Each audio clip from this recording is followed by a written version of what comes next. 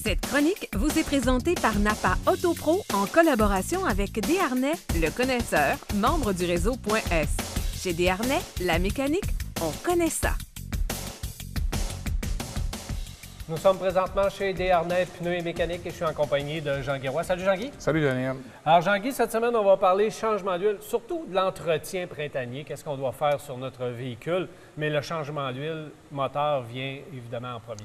C'est sûr, l'huile moteur, on sait que, par contre, c'est important de le mentionner, souvent les consommateurs disent « j'ai pas fait beaucoup de kilométrage avec mon véhicule », mais le facteur temps vient influencer aussi la composante, la qualité de viscosité de notre huile moteur. Donc, des fois, pour quelqu'un qui fait beaucoup de kilométrage, il n'y a pas à se préoccuper de ça, mais on sait très bien que si on a fait peu d'utilisation de notre véhicule l'hiver, il y en a beaucoup qui vont utiliser son véhicule au minimum l'hiver, puis ils arrivent au printemps, ils me disent « j'ai roulé 3000, 4000 km, je n'ai pas besoin de vidange d'huile ». On fait une erreur, parce que l'huile, justement, qui a été soumise à toutes les températures, on a fait de petites distances avec, justement, donc il y a eu beaucoup de contamination qui s'est faite par l'humidité qui était logée dans notre huile moteur. Donc, il faut remplacer notre huile moteur au printemps. C'est un minimum pour la survie de notre moteur, pour la prolonger sa vie ou également, donc pour avoir une bonne viscosité. Qu'est-ce que ça fait, l'huile moteur, dans notre véhicule?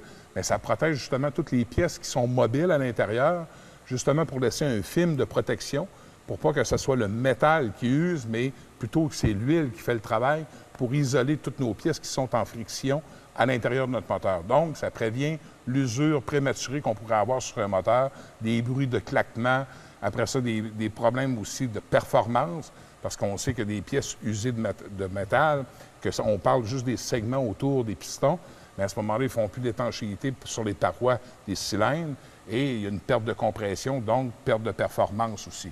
Fait que tout ça fait en sorte que c'est bon de faire une bonne vidange d'huile sur notre moteur au printemps. Avec la vidange d'huile vient le grade d'huile, Jean-Guy. Parle-moi de l'importance du grade d'huile et de respecter le bon grade d'huile. Oui, c'est ça. Le manufacturier, aujourd'hui, les manufacturiers, de plus en plus, tous les moteurs d'aujourd'hui, ont des grades d'huile propres à eux. Avant ça, c'était beaucoup plus universel. Hein?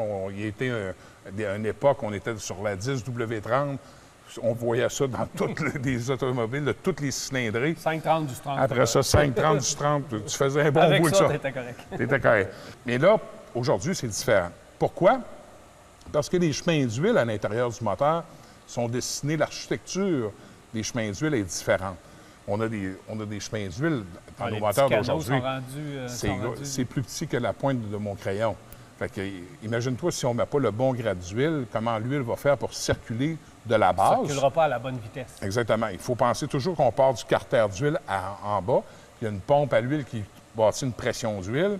Et à ce moment-là, on va aller lubrifier toutes les pièces qui sont dans le haut du moteur. La pression est selon le grade d'huile. Ça, c'est bien important. Exactement.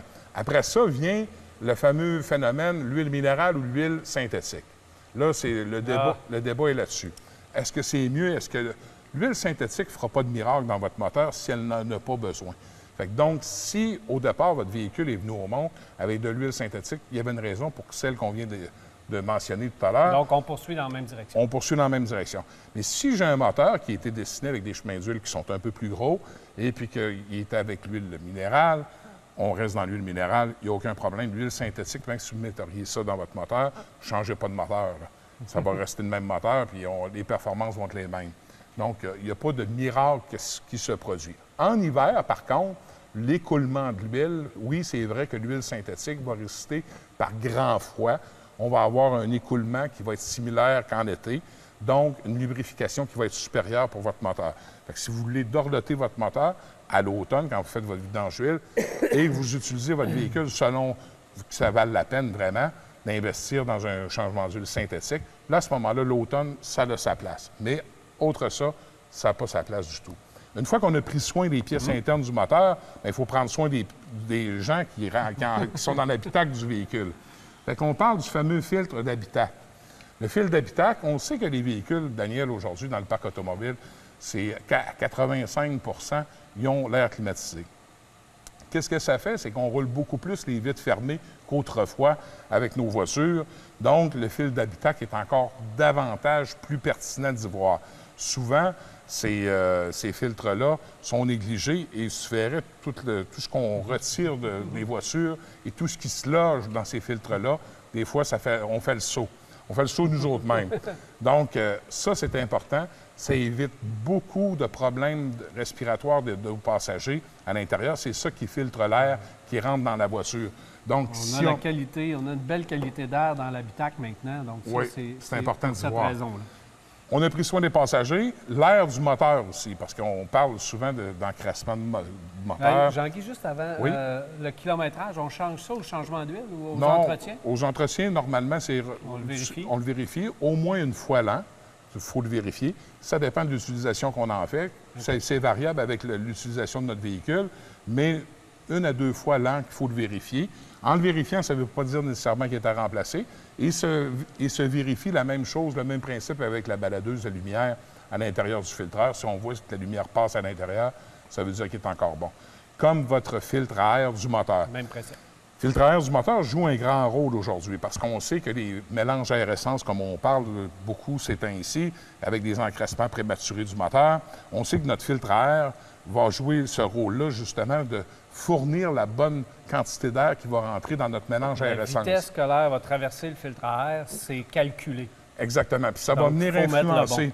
Si notre filtre à air est encrassé, ça va faire en sorte que notre mélange air-essence dans le moteur va fluctuer. Il ne sera pas parfaitement à point.